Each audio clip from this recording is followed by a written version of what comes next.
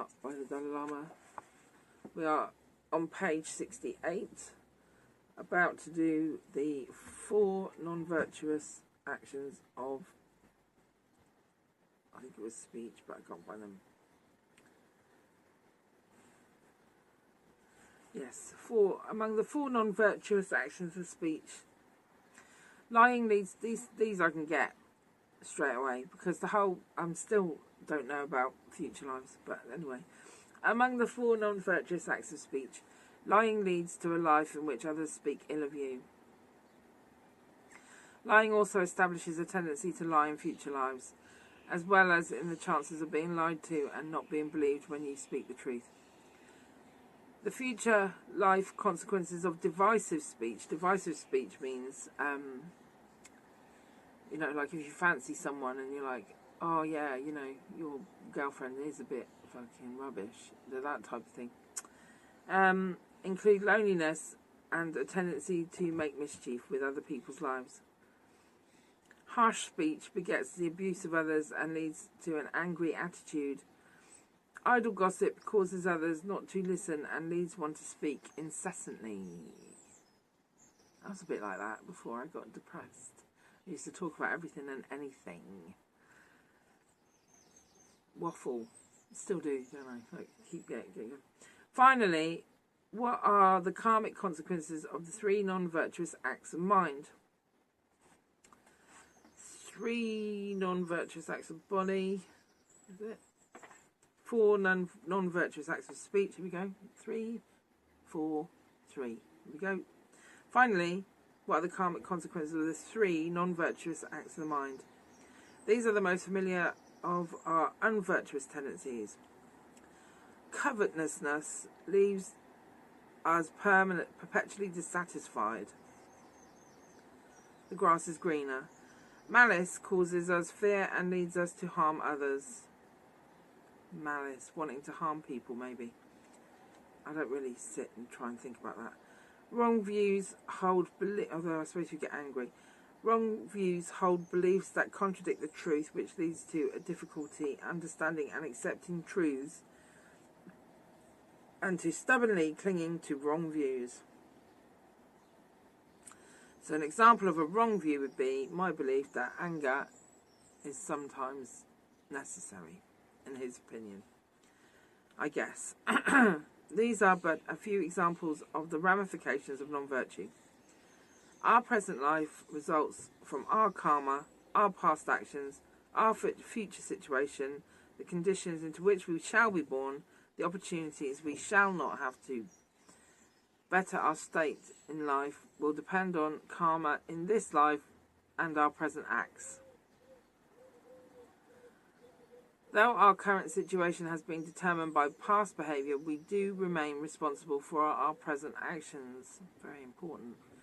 We have the ability and the responsibility to choose to direct our actions on a virtuous path. So that's the whole, my mum and dad were awful, but when you're 40, that's just tough shit, mate. Now you've got to deal with it.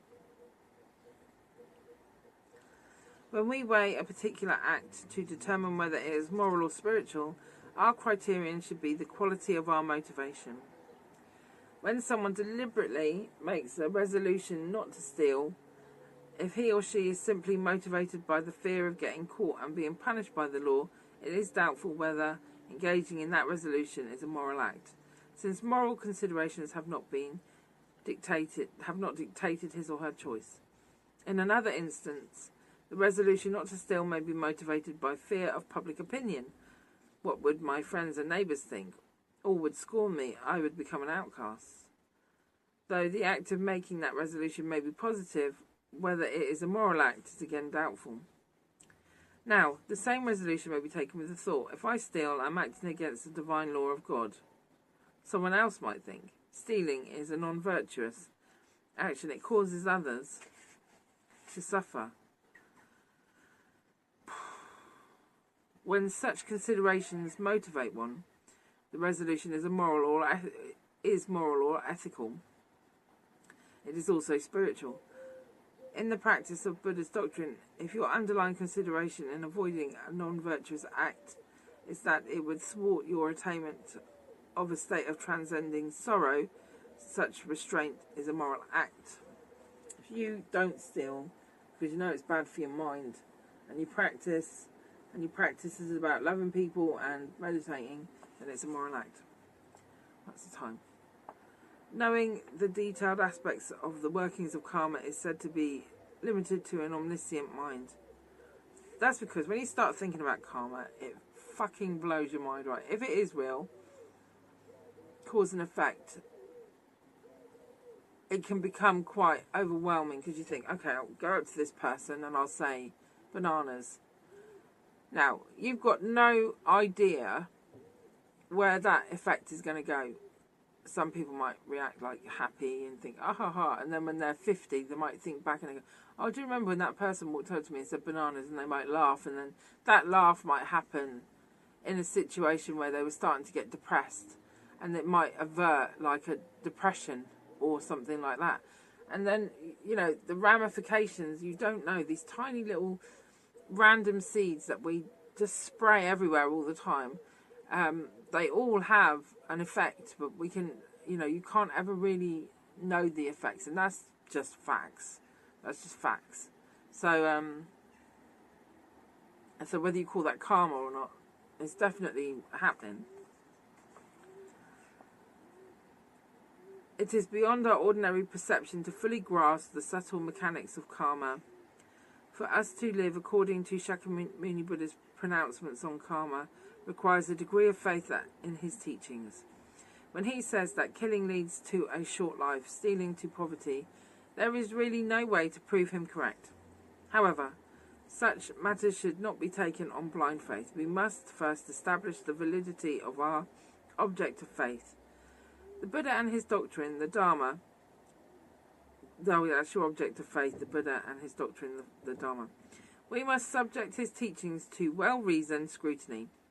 By investigating those topics of the Dharma that can be established by means of logical inference, such as the Buddha's teachings on impermanence and emptiness, which we shall explore in chapter 13, Wisdom, and seeing them to be correct, our belief in those less evident teachings, like the workings of karma, naturally increases when we seek advice.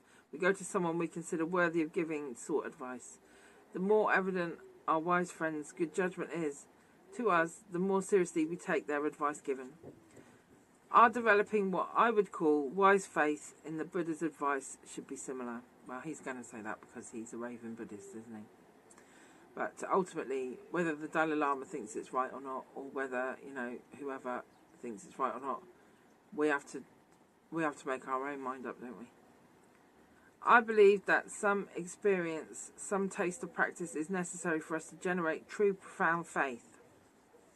Right, faith. What's the time? Got a minute.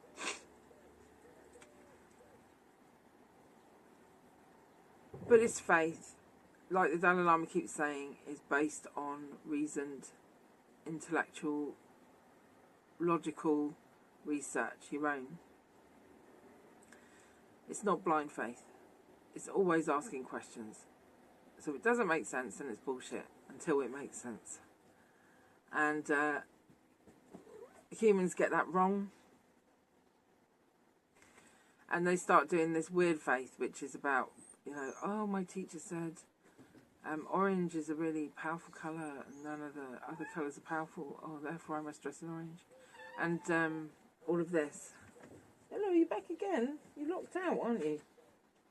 Oh, you're locked out. Yes, hello. Faith can be basically mixed up with trust, but in a bad, like over-the-top trust. Okay, so we're going to stop there for a minute while Amma does my head in.